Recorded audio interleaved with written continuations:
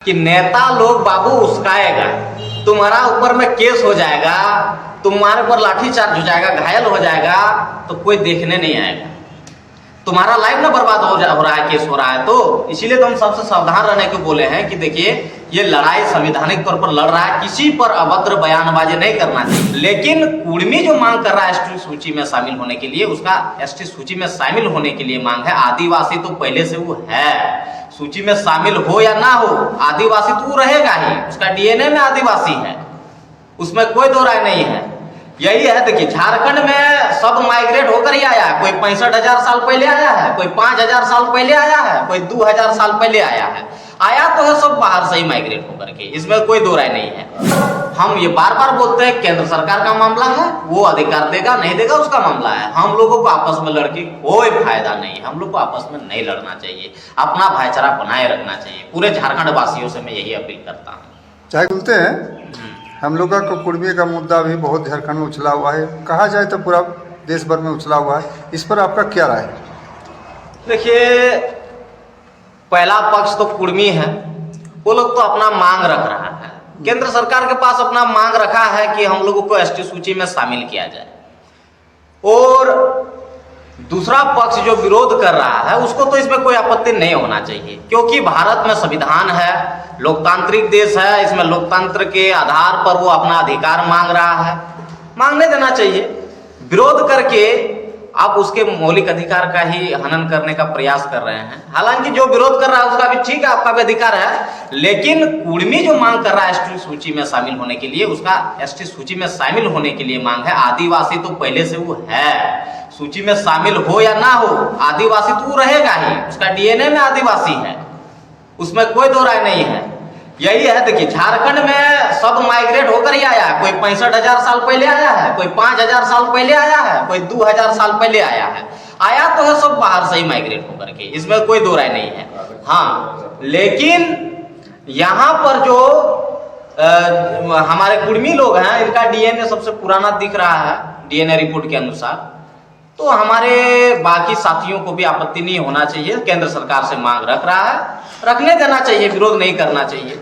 हाँ, अगर इसके पास प्रूफ है, अपना साक्ष्य है, सबूत है, तो केंद्र सरकार खुद इसको एसटी सूची में डाल देगा।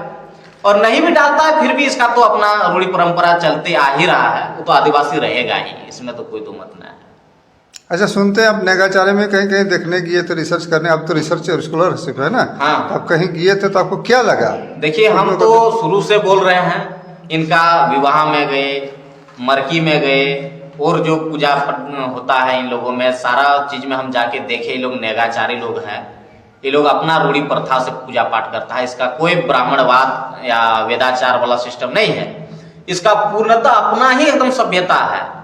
हाँ, अब मैंने समय के साथ एक दो आदमी वो ब्राह्मणवाद के चंगुल में फंस जाए तो वो तो हर एक आदिवासी में फंसा हुआ है, सिर्फ कुर्मी का बात थोड़ी है, सभी माने आदिवासी कौम के लोग देखिए अभी कितना फंसा हुआ चंगुल में। हमारे कई नेताओं को देखिए, तो ये कोई लॉजिक नहीं हुआ कि कुर्मी का तो अपना ही सभ्यता संस्कृति है, हम देख चुके हैं, इसीलिए हम बोल पा रहे हैं। अच्छा, एक चीज है, उस दिन अमित मुंडा बोलो कि एक नया लड़का था, तो उस पर जैसे कि कुर्मियों जातियों पर अशब्द भाषा का प्रयोग किया और बाद में माफ़ी मांगा, तो क्या हम लोग उसको माफ़ कर देना चाहिए?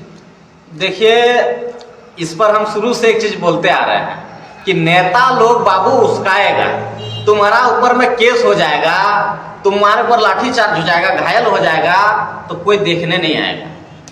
तुम्हारा लाइफ ना बर्बाद हो रहा है, केस हो रहा है। तो इसीलिए तो हम सबसे सावधान रहने को बोले हैं कि देखिए ये लड़ाई संवैधानिक तौर पर लड़ रहा है, किसी पर अभद्र बयानबाजी नहीं करना चाहिए।